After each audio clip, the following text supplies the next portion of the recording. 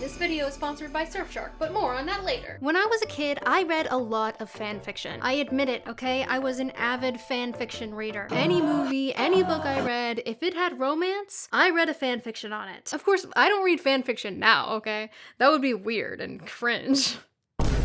But one thing I didn't really gravitate towards was the celebrity fanfictions. I know they had a million fanfictions of Harry Styles, and they were so popular that they eventually became movies, like The Idea of You or the After series. And this brings me to the movie I'm gonna talk about today, Christmas in the Spotlight. It's basically a Taylor Swift and Travis Kelce fanfiction. What they did is they just cut out the middleman. They just simply made a movie. And oh my god, they made a bad movie. There's very little background information on the movie. There's barely any reviews of it, but I did find a few, and this one's my favorite. The male lead, Leith Walschlager, is insanely hot and has at least 2 to 3 scenes where he took his shirt off, and we were able to lovingly gaze on his enormous muscles.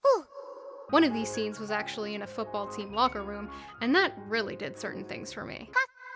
I think there were some female characters in the movie too, but don't ask me anything about them. So without further ado, let's look into the plot of Christmas in the Spotlight. The film starts with Bowen Sykes, who is a very popular singer, on set filming for a music video for her new Christmas album. And Bowen Sykes is supposed to be Taylor Swift. Alright, print that. Moving on. She didn't even watch it back. Is there anyone even on set? Is anyone filming? While Bowen and her manager Mira walk aimlessly around set for no reason, Bowen reveals that she is done dating men. I'm done with dating. She's done with rocker boys and sleazy actors, and she doesn't need a man. And right off the bat, oh, sorry, I forgot this was about football.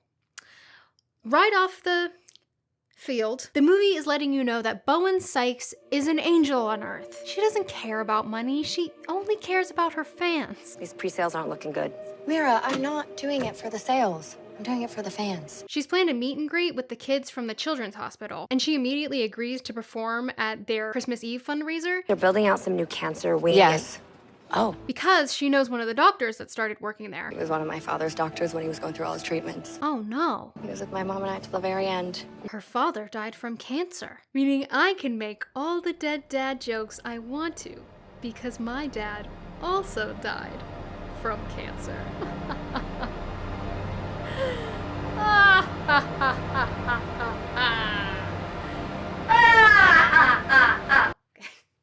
That's enough. Enter Drew Gonzo Gonville. He's supposed to be Travis Kelce in this scenario. Oh! Woo! To be this good and this pretty? Wow, what an introduction. Woo! Be this good? He takes his niece to a Bowen concert. We find out that Drew is actually a huge Bowen fan. And he totally has a crush on her. What? And his niece is like, well, you should ask her out if you like her so much. Like I would have a chance with her.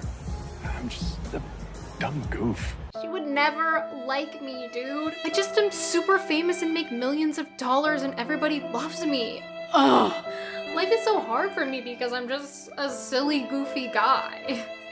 And I don't even use a VPN from today's sponsor, Surfshark. Picture this, it's Friday night, I've got my blanket, I've got my snacks, I've got my 2 tiny little fart boxes, aka my dogs, and all I want to do is watch Guardian, the Lonely and Great God. You know, the best Korean drama of all time. But guess what? It's not on Netflix in the US. Sure, I could go find it on some sketchy website and risk getting a ton of viruses on my computer, or I could use Surfshark. Surfshark is a virtual public network, that's a VPN service, and with just a couple clicks, I can change my virtual location from the US to South Korea. And bam, there it is. I can watch my favorite show with English subtitles. It also keeps your data safe and protected. So if you want to watch shows from anywhere in the world, or just protect yourself from hackers, you should get Surfshark. It's always a good idea to use a VPN, guys, I promise. And right now, Surfshark is being extra giving and having a huge sale. And if you go to surfshark.com/Doxie, you get an extra 4 months of that discount. It's an unbeatable price, and it's for a limited time. Thank you so much, Surfshark, for sponsoring this video.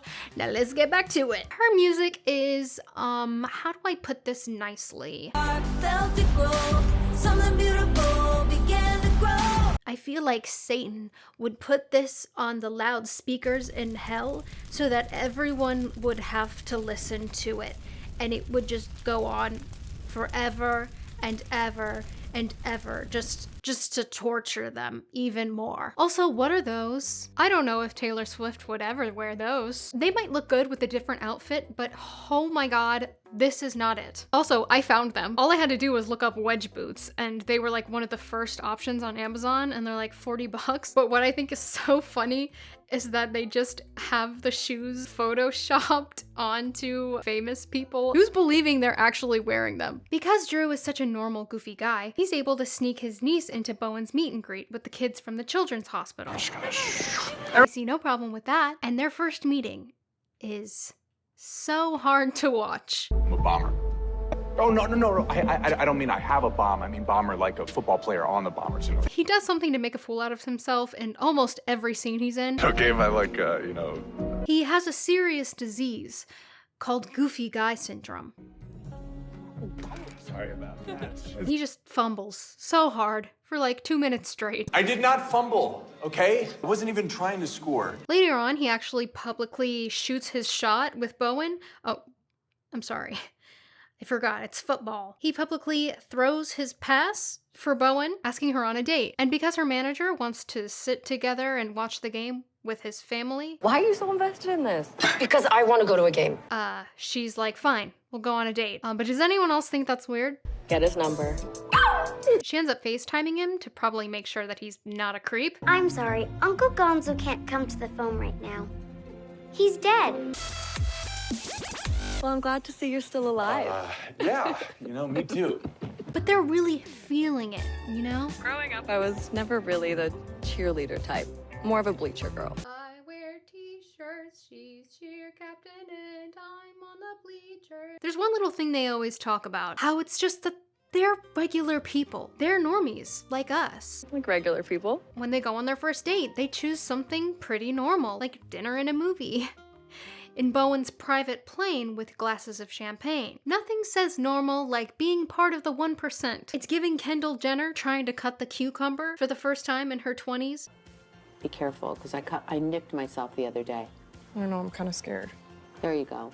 Cutting this cucumber, making myself a snack. I'm normal. I'm just a normal girl.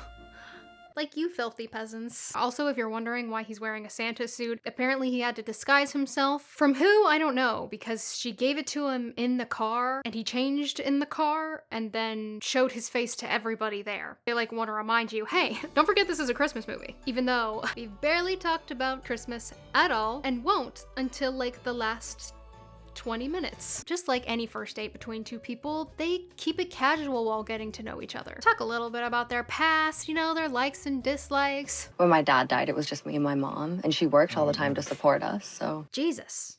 Girl, read the room. Don't you know that talking about your dead dad makes everybody in the room uncomfortable? Nobody wants to hear that shit. When you can make jokes about your dead dad. When you can make dead dad jokes because your dad is dead. I actually love this though, like having this sort of trauma, you just have to let it all out. You have to tell the person that you're about to see, this is what's wrong with me. This is why I'm the way I am, which is messed up. Kind of like what I'm doing now. It never ends. Puzzles bring me joy. I used to do them all the time with my dad. Oh yeah? Well, my dad made me refill his whiskey glass at night all the time when I was 12, so.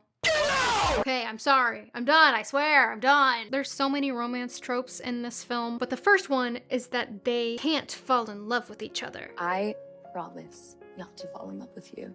They gotta keep it casual. They're only having fun. Can you guess how long that lasts? Like one scene, and then they fall in love with each other. And then they kiss. And then they kiss again. Did they really have to use the same part of the same song for both times? That's just goofy. Also, the rest of the music is just bad. I feel like that's what really cheapens this type of movie. Every second of the movie, there's royalty-free music. Like, I promise you, we can handle the silence sometimes. Sometimes no music is better. But I feel like music all of the time diminishes what the music does for a scene to like have an impact or have an emotion that you're supposed to feel. Honestly, I'm just trying to tell myself this because every time there's silence in my videos, I get the heebie-jeebies. Bowen hangs out with her manager and confesses that she does really like Drew. You're right. I like him.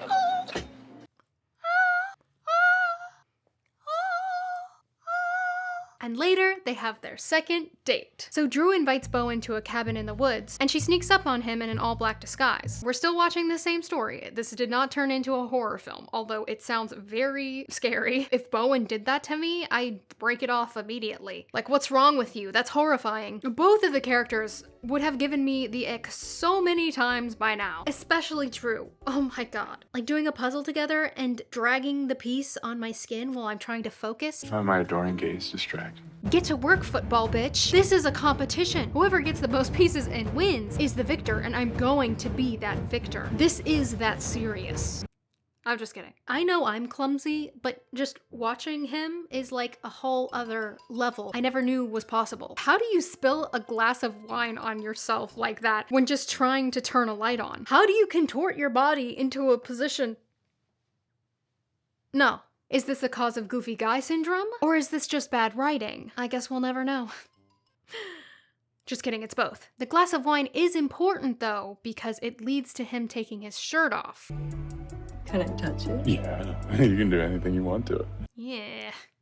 Are my hands cold? Yeah, I feel pretty hot.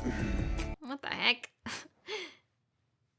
What's this rated? Unfortunately, we don't get any more of that interaction because his brother walks in with all his friends. This is my house. What are you doing here? Where's your shirt? Drew, you're a whole ass multi-millionaire. What are you doing at your brother's house? Do you not have a place of your own? In fact, I don't think we ever see where he lives. He's just mooching off of other people. But like they say, I guess that's how you stay rich. So Bowen hides outside, 5 feet from the house. And thinking they're safe and not gonna get caught, they start making out. But the most shocking thing ever happens. They get caught. Oh my god. After they get caught, Drew has a sudden realization. He can't continue to keep living this lie, to keep hiding this huge secret from his friends and family, that he's having a non-commitment, low-key casual fling. I don't know if I can keep this up anymore, you know? Anymore? This is your second date. Calm down, Romeo and Juliet. All signs already point to an unhealthy relationship. There's like a lot of love bombing going on. But at the same time, at least Drew expresses his needs and, communicates. Very rare, by the way, that people do that. I'm just not ready to go public with anyone right now. This is supposed to be sad, them breaking up or whatever it is. I couldn't care less. I just don't care about them. They're so unrelatable. Going back to the first date, Bowen mentions being unhappy with her current life as a pop star. It's like, I don't remember if it was ever fun. Bitch, you have the best job in the world. Are you kidding? I don't feel bad for you while you sit in your private plane and drink champagne. I just think if you put a billionaire as a protagonist in your movie, they better have a secret identity fighting crime and having one of the most tragic backstories ever. Batman. Like, that's the only way to do it. That's the only way I'll care. So they kind of end things, they kind of don't, but we know they still like each other. They have feelings for each other. I mean, look at them. They're just so sad. They can't pay attention to life. They have nothing else going on besides thinking constantly about each other. But thank God for these little newscaster buttheads who are total jerks for no reason all the time. I gotta say, I hope she never finds true love.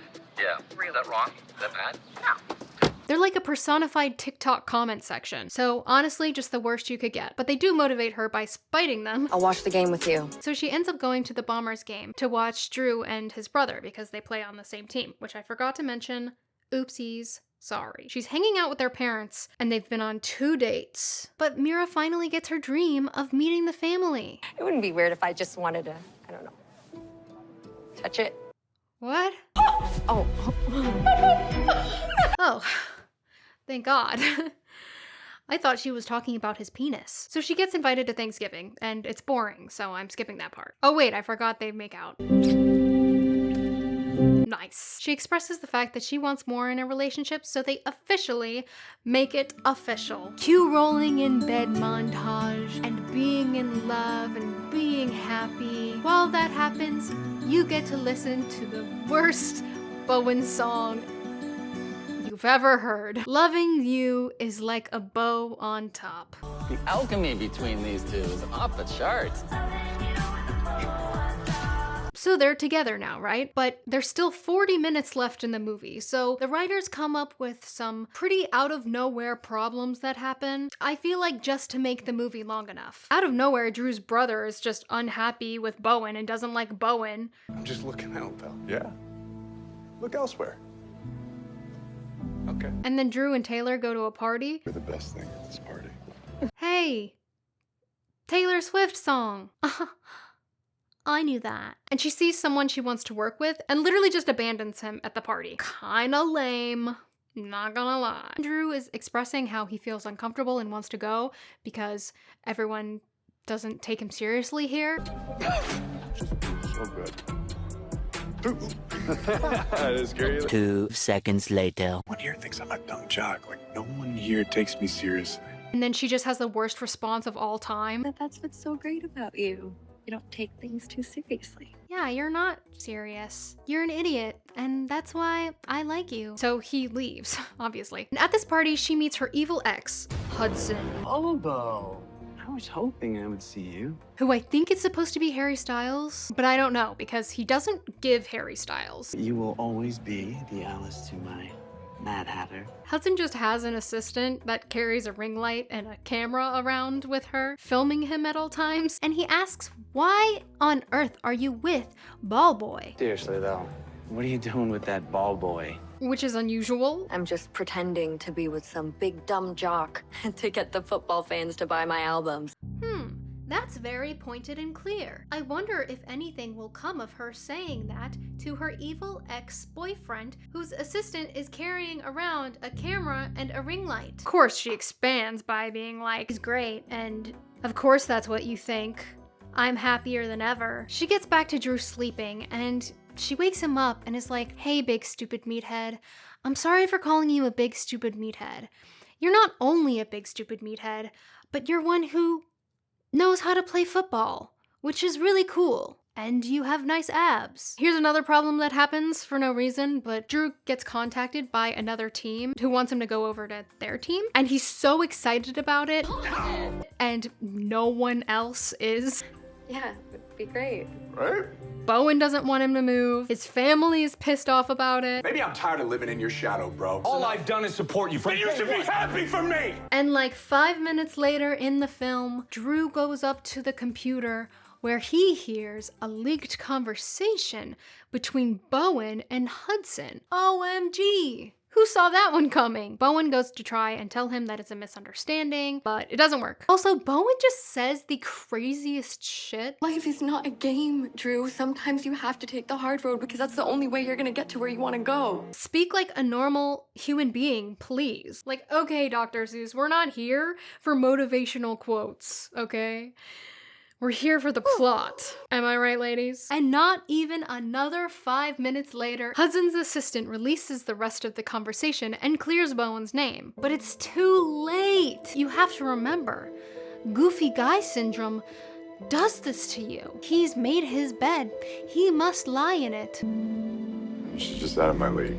Bowen is so distraught that she turns her feelings into a beautiful, terrible song, and she performs it for the fundraiser that we talked about, like at the very beginning of the video. Wishes just became stuff. And Drew was supposed to host that, but he didn't show up. But she sings that song and she confesses her love to him, and then he shows up. Yay! And then they make out. Yay! And then they spend Christmas together. Yay! Okay, that's it. That's the movie. If you liked this video, please send me a galaxy. I need a galaxy. I'm joking. If you enjoyed watching this video, please give it a like and comment. And if you don't know what to comment, let me know what you want for Christmas, and I will personally send you a slightly similar knockoff that you'll be really disappointed in. Like my dead dad did to me for Christmas. Thank you, Surfshark, for sponsoring my video. Don't forget to click the description for an amazing discount. Okay, love you. Bye.